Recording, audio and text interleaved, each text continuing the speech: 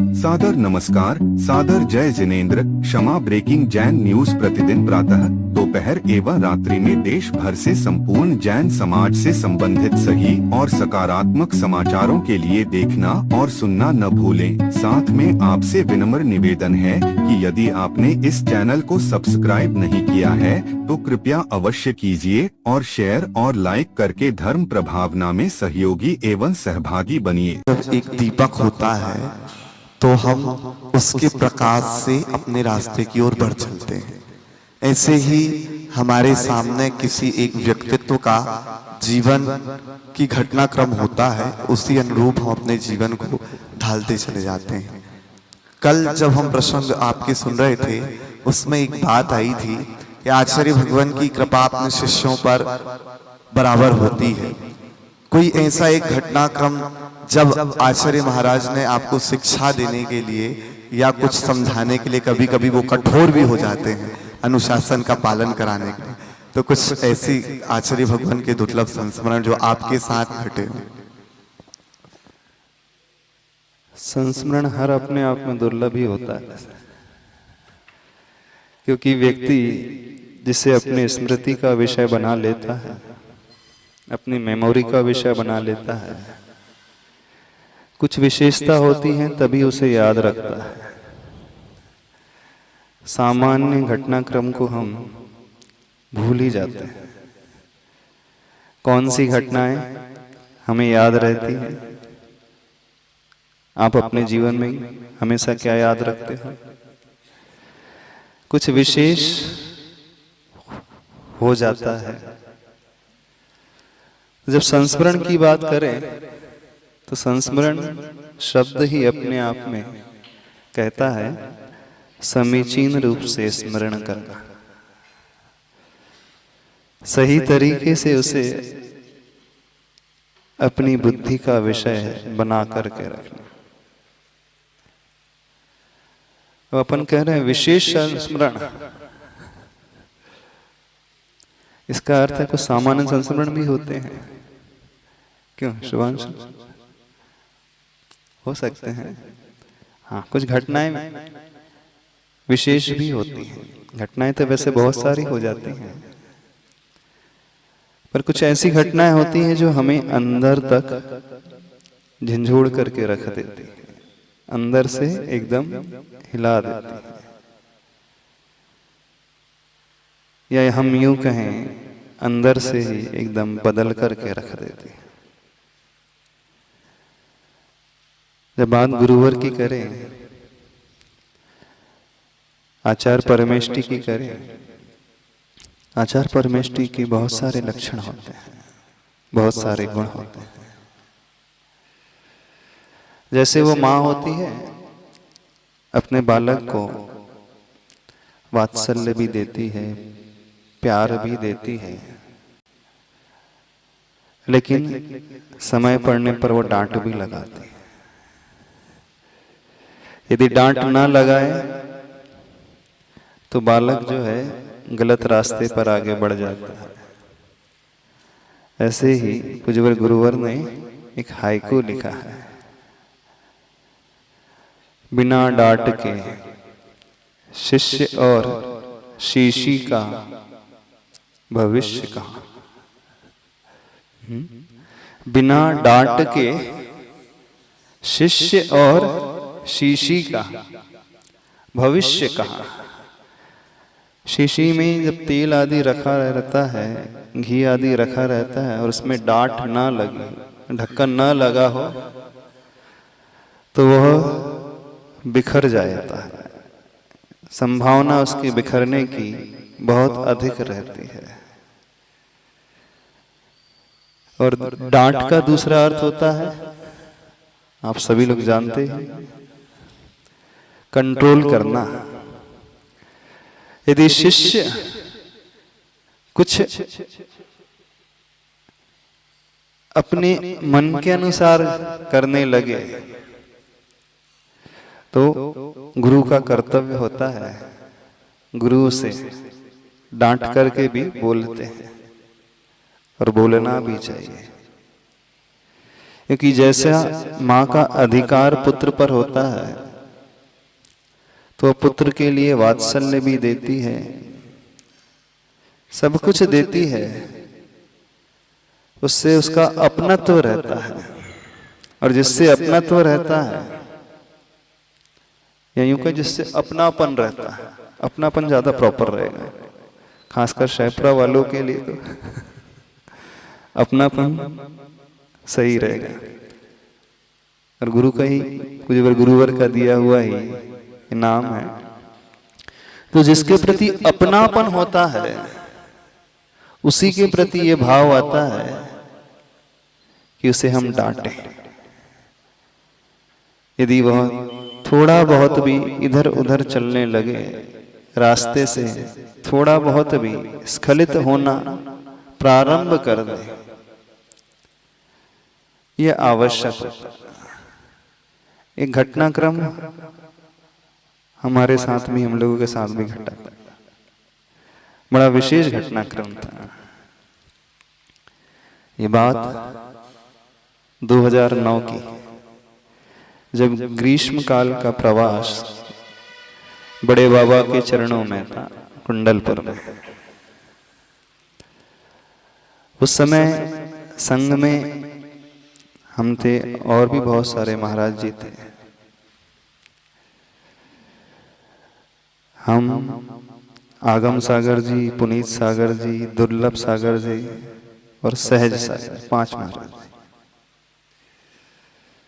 मन में एक विचार आया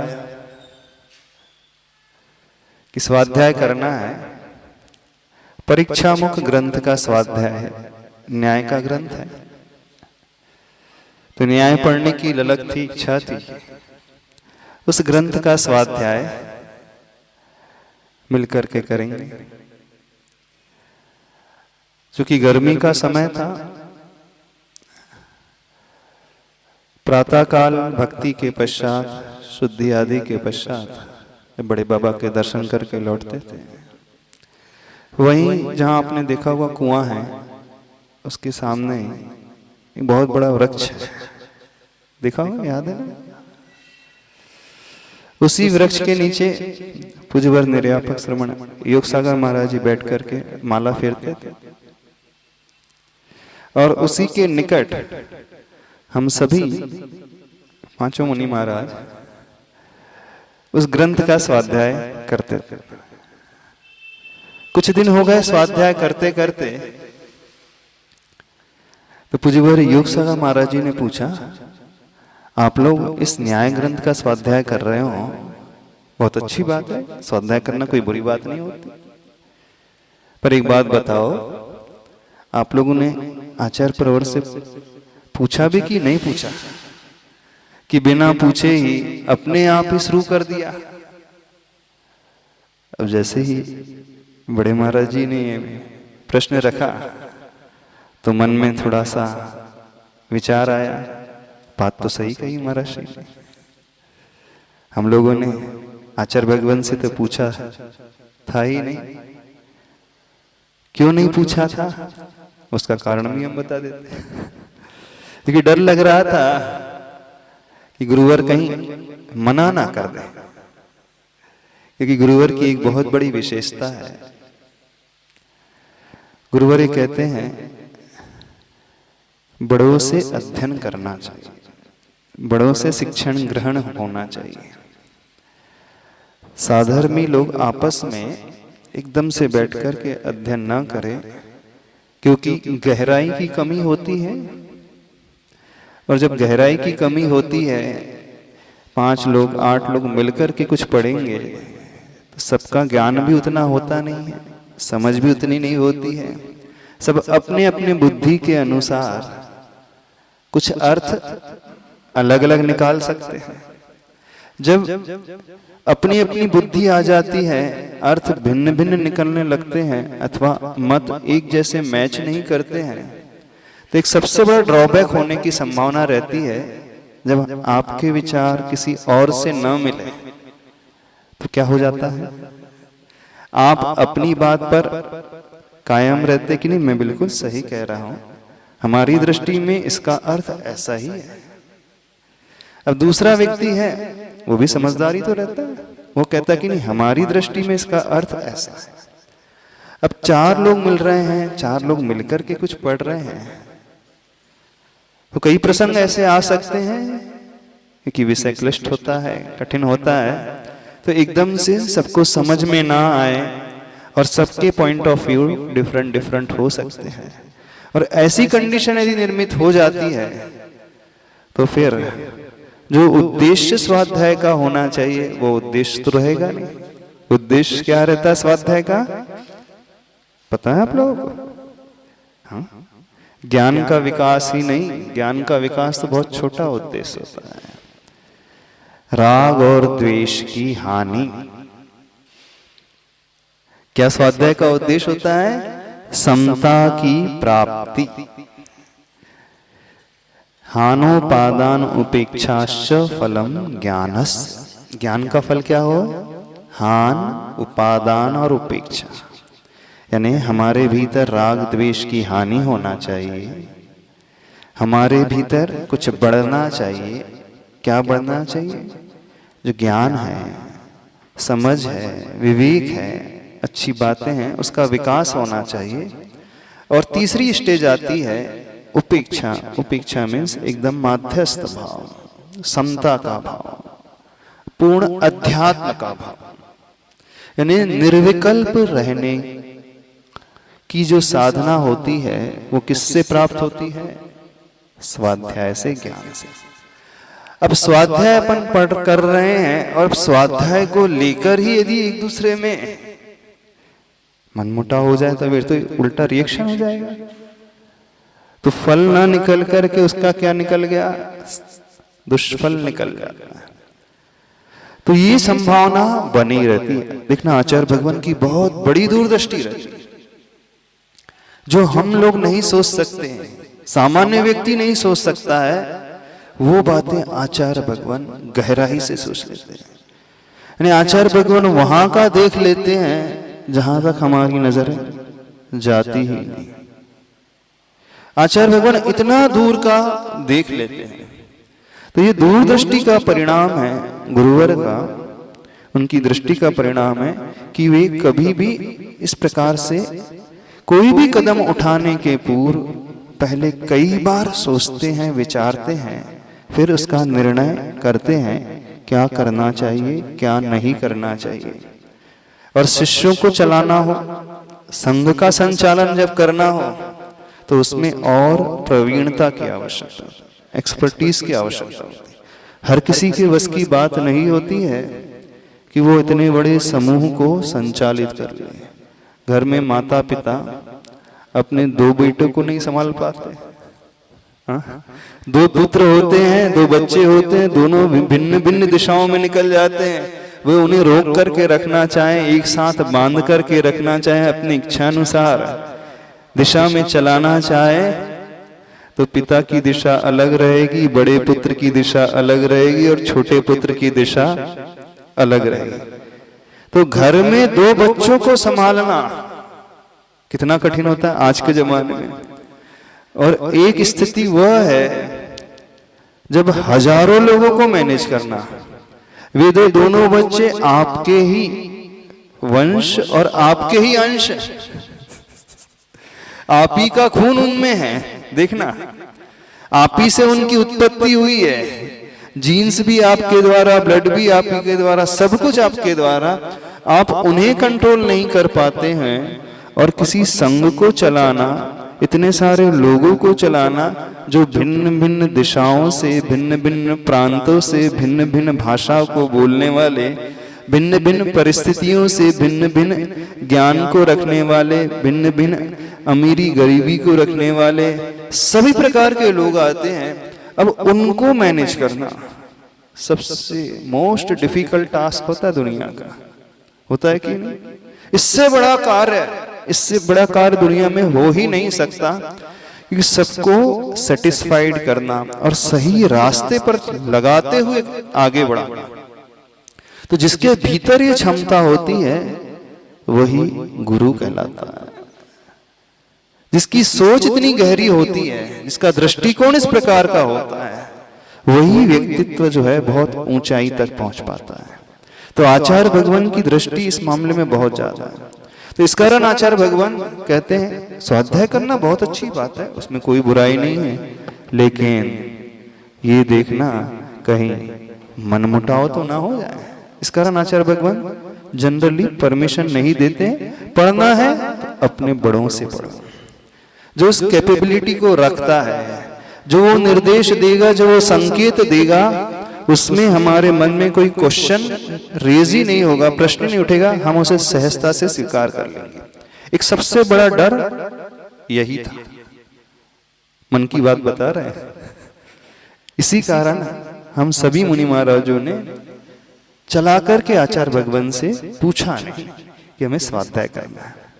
जब पूज्यवर योग सागर महाराज जी ने हम लोगों से कहा तो हम लोगों ने कहा नहीं, हम लोगों ने तो आचार्य भगवान से परमिशन ली ही नहीं, हम लोग ऐसे ही स्वाध्याय करने बैठ गए। तो महाराज जी ने बहुत अच्छे से आत्मीयता से हम लोगों को समझाया, देखो ऐसा नहीं, जाओ गुरुवर से पहले पूछो, फिर जैसे गुरुवर कहे उसके अनुसार करना, बहुत अच्छे से पढ़ना, और आशीर्वाद और मिल जाएगा तो और अच्छे से ज्ञान प्राप्त हो जाएगा।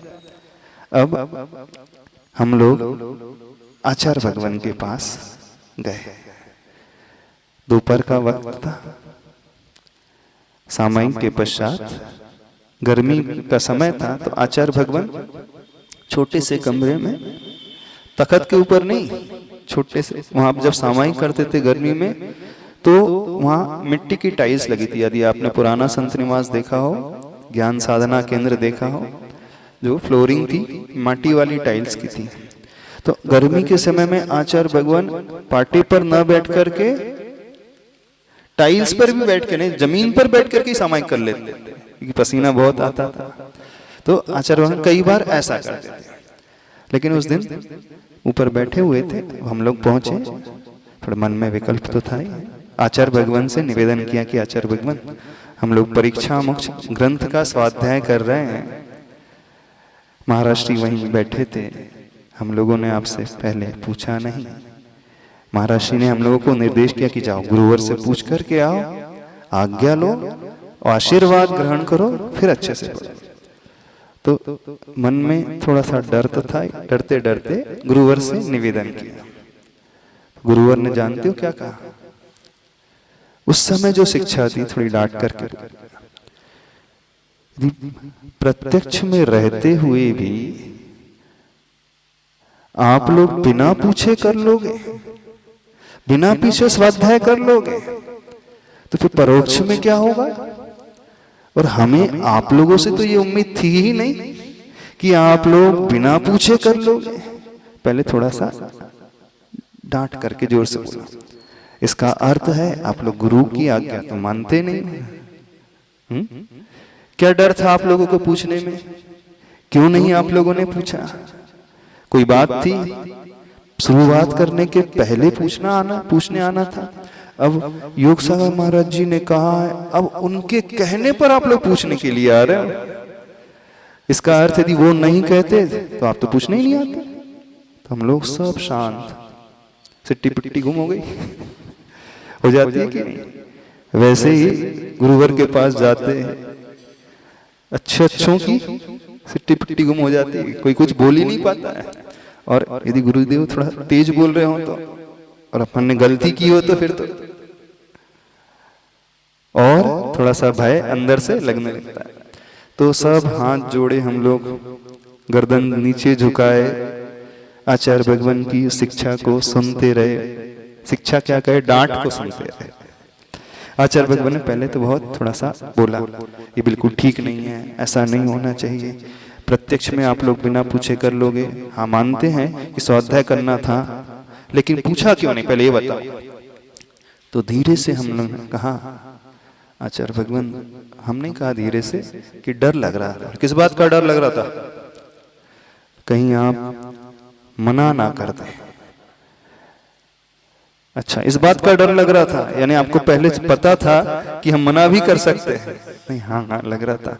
थोड़ी मन में इच्छा थी कि ग्रंथ पढ़ना है।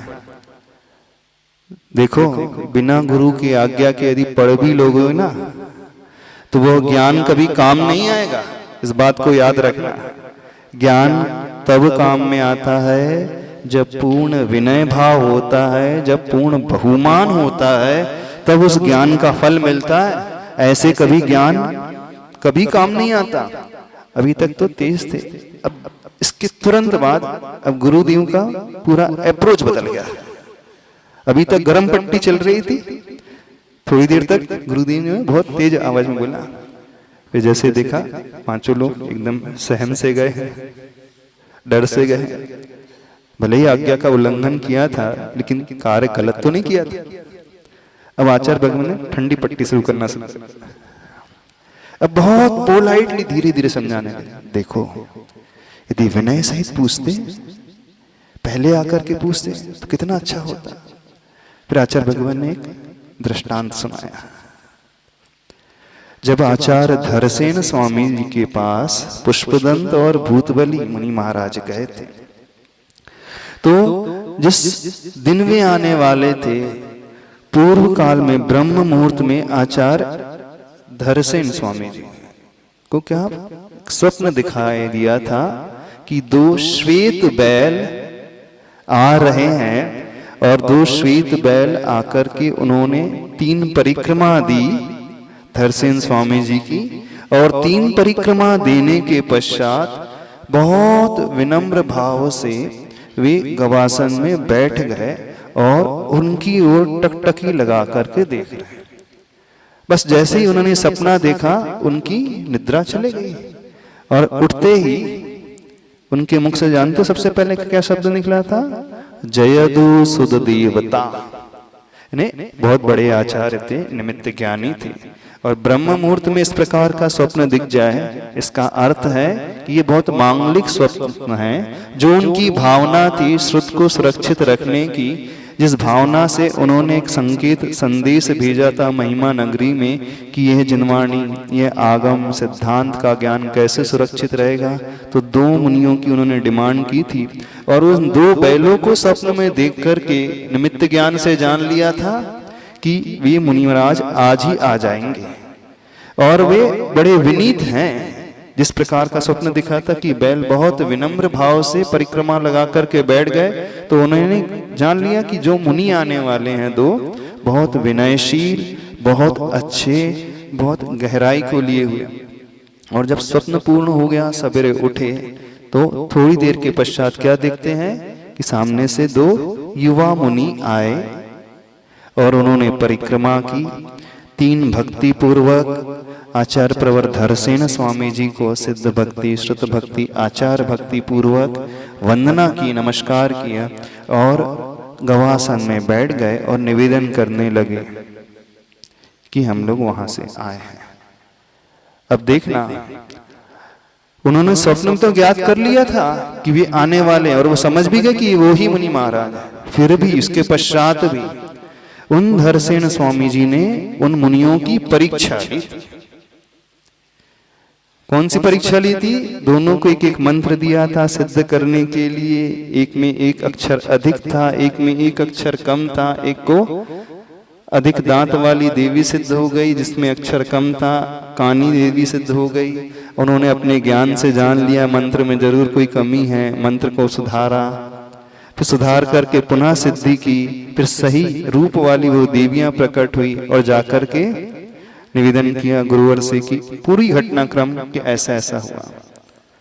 अब आचार्य भगवान ने हम लोगों को बताया, एक बात बताओ, क्यों आचार्य धरसेन स्वामी जी ने उन मुनियों की परीक्षा ली, जबकि उन्हें ज्ञान हो गया था कि ये वो ही मुनिराज हैं जिन्हें हमने बुलाया है। स्वप्न में भी पता चल गया था ये वो ही आ रहे हैं, फिर भी परीक्षा क्यों ली? बोले परीक्षा इसलिए ली अपनी आत्म संतुष्टि के लिए।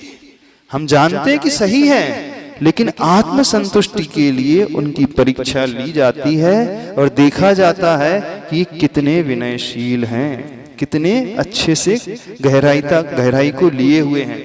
यानी जब सब कुछ सत्य था, पता था, फिर भी उन्होंने परीक्षा ली। तो ये उन मुनियों की, पुष्पदंत और भूतबली मुनियों का समर्पण देखो, उनका विनय भाव देखो। वह विनय भाव के द्वारा उन्होंने उस सिद्धांत के ज्ञान को अर्जित किया था जो सठखंडागम के नाम से जाना जाता है। तो आचार्य भगवान ने पूरा घटनाक्रम बहुत विस्तार से लगभग पौन घंटे तक, छोटी सी बात थी, सिर्फ हम पूछने के लिए गए थे, पौन घंटे तक आचार्य भगवान ठंडी पट्टी करते रहे। 5 मिनट तो उन्होंने थोड़े से कठोर शब्द में, फिर जब देखा कि स्थिति थोड़ी ऐसी हो रही, इतने विनम्र भाव से, इतने पोलाइटली, इतने अच्छे से समझाया। एक माँ भी अपने बेटे को क्या समझाती, माँ तो सिर्फ डांट ही देती है और मार देती है, बस उसके बाद छोड़ देती है ना। उसके बाद प्रेम से बात करती भी थोड़ा सा पुचकार लेती होगी, लेकिन जब गुरुदेव जो उस भाव से पूछ रहे थे, वो अद्भुत कला गुरुदेव की। ये घटनाक्रम जब हम लोगों के साथ घटा, उस दिन का दिन है और आज का दिन है। जब भी ज्ञान अर्जन की बात आती है, जब भी स्वाध्याय की बात आती है, जब भी साधना की बात आती है, तो आचार्य भगवान की वो शिक्षा हृदय में एक अमिट छाप छोड़ गई आज तक कि यदि कुछ करना है तो पहले गुरु से आज्ञा ले, विनम्रता से उनसे पूछे, फिर वह विनम्रता का भाव, विनय का भाव उस ज्ञान के फल को देगा। और आज तक हम लोग वही करते हुए आ रहे हैं। तो ऐसी शिक्षा जो आचार्य भगवान ने हम लोगों को पहले डांटा, फिर वो पुचकार की भाषा आज भी ऐसी अपने दिमाग में अंकित है जैसे मानो वह कल की ही घटना है। तो सभी लोगों से कहना है, जो गुरुदेव का यह देने का तरीका है एकदम अद्भुत है। क्षमा breaking Jain news YouTube channel पर विज्ञापन देकर धर्म प्रभावना में बने सहभागी। विज्ञापन देने हेतु संपर्क कीजिए मोबाइल नंबर 9026900740 एवं समाचार एवं वीडियो भेजने हेतु व्हाट्सएप नंबर 9335236222। क्षमा breaking Jain news YouTube channel देखने के लिए आपको बहुत बहुत धन्यवाद। सादर प्रणाम, सादर जय जिनेंद्र।